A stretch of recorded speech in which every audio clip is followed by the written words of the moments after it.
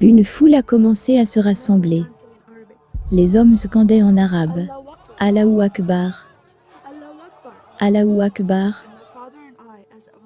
Et mon père et moi, alors que je lui tenais la main, nous avons été poussés devant cette foule. Au centre de cette foule se trouvait une femme arabe. Elle était habillée comme moi. Elle était ligotée et était assise sur une boîte. À côté d'elle se trouvait un homme arabe. Et il a fait une prière islamique traditionnelle sur le sol. Et il s'est levé du sol, et de son côté, il a sorti cette très longue épée d'or. Et il a décapité la femme. Mes jambes tremblaient et mon cœur battait vite. Mon père dit, si tu n'écoutes pas les enseignements que nous te donnons pour ta vie, voilà ce qui t'arrivera un jour.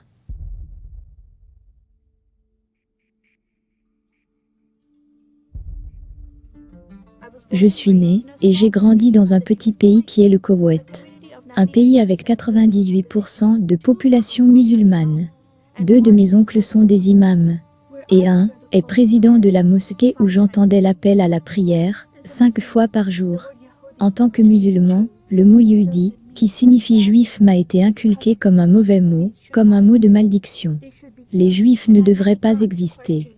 Ils devraient être tués. Je n'ai jamais pensé à me demander pourquoi je devrais les détester. Je n'ai jamais rencontré de juifs de ma vie. Ils n'ont jamais rien fait pour nuire à ma famille. Juste, je les détestais. Juste le mot apportait la haine dans mon cœur. Il était très important d'apprendre le Coran et le Hadith, et même de les mémoriser en arabe. J'ai même participé à un concours où vous récitez un long chapitre devant des dirigeants et des enseignants islamiques. Et je suis arrivée 2e. Je pensais avoir fait un bon travail, mais mon père a dit « Non, ce n'est pas assez bien ». La plupart du temps dans ma vie, j'étais seule, livrée à moi-même. Une personne brisée qui avait besoin de l'amour de ma famille, mais je ne l'ai jamais reçu d'eux. J'ai essayé de faire l'expérience de cet amour avec le Créateur Dieu, avec Allah. Dans mes heures de prière, je levais les mains, et j'appelais Allah, à l'aide. S'il te plaît, fais que mon père arrête de battre ma mère. S'il te plaît, fais que mon père arrête de me battre. Mais aucune aide n'est venue. Dieu n'est pas un Dieu personnel pour les musulmans. Dieu ne dit pas « je t'aime ». Les forces de Saddam Hussein sont arrivées au milieu de la nuit et ont envahi le petit pays du Koweït. Et puis ils sont venus dans ma ville et ils ont détruit des biens et ils ont pillé les maisons des gens. Ils ont volé des biens et ils ont tué les hommes et violé les femmes. Par la suite, nous avons obtenu le statut d'asile pour rester aux États-Unis. Ma grand-mère est soudainement tombée très malade. Elle a eu une crise cardiaque et elle est allée à l'hôpital et 2 jours plus tard, elle est décédée. J'étais dévastée parce que j'avais perdu ma meilleure amie. Puis cette dame s'est approchée de moi et m'a demandé si j'allais bien. Et j'ai dit « Non Paula, ma grand-mère est morte ». Et j'ai recommencé à pleurer. À ce moment-là, j'avais tellement mal que pleurer m'aidait. Paula est venue vers moi et a mis ses bras autour de moi et elle m'a fait un câlin. Puis elle m'a posé une question « Voudrais-tu venir à l'église avec moi ?»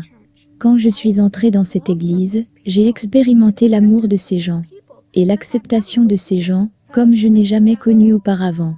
Les réunions ensemble, il y avait des hommes et des femmes ensemble. Ils n'avaient pas besoin d'être séparés.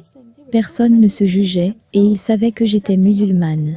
Ils étaient si amicaux avec moi, ils m'acceptaient et m'aimaient, et cela m'a vraiment surpris. Et pour la première fois de ma vie, j'ai entendu un message de la Bible.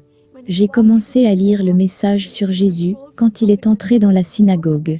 Il a reçu un rouleau du prophète Ésaïe, et il a ouvert le rouleau, et il a commencé à lire cette écriture. L'Esprit du Seigneur est sur moi, parce qu'il m'a oint pour annoncer une bonne nouvelle aux pauvres. Il m'a envoyé pour guérir ceux qui ont le cœur brisé, pour proclamer aux captifs la délivrance, et aux aveugles, le recouvrement de la vue, pour envoyer libres les opprimés, pour publier une année de grâce du Seigneur. C'était la première fois que j'entendais ces mots, délivrance, guérison, liberté. J'étais désespérée d'être libérée de la servitude. J'étais retenue captive dans l'islam, et je voulais en être libérée. J'étais aveuglée par tant de haine dans mon cœur, L'obscurité s'est détachée de mes yeux. Le voile est sorti de mon cœur. Je savais que la décision que je prenais de quitter l'islam était une grande décision. Selon la charia, la loi islamique, c'est la peine de mort. Mais j'étais désespérée de connaître un Dieu vivant. Et ce jour-là, j'ai donné ma vie pour devenir un disciple de Jésus. C'est le Dieu d'Israël, le Dieu d'Abraham, d'Isaac et de Jacob.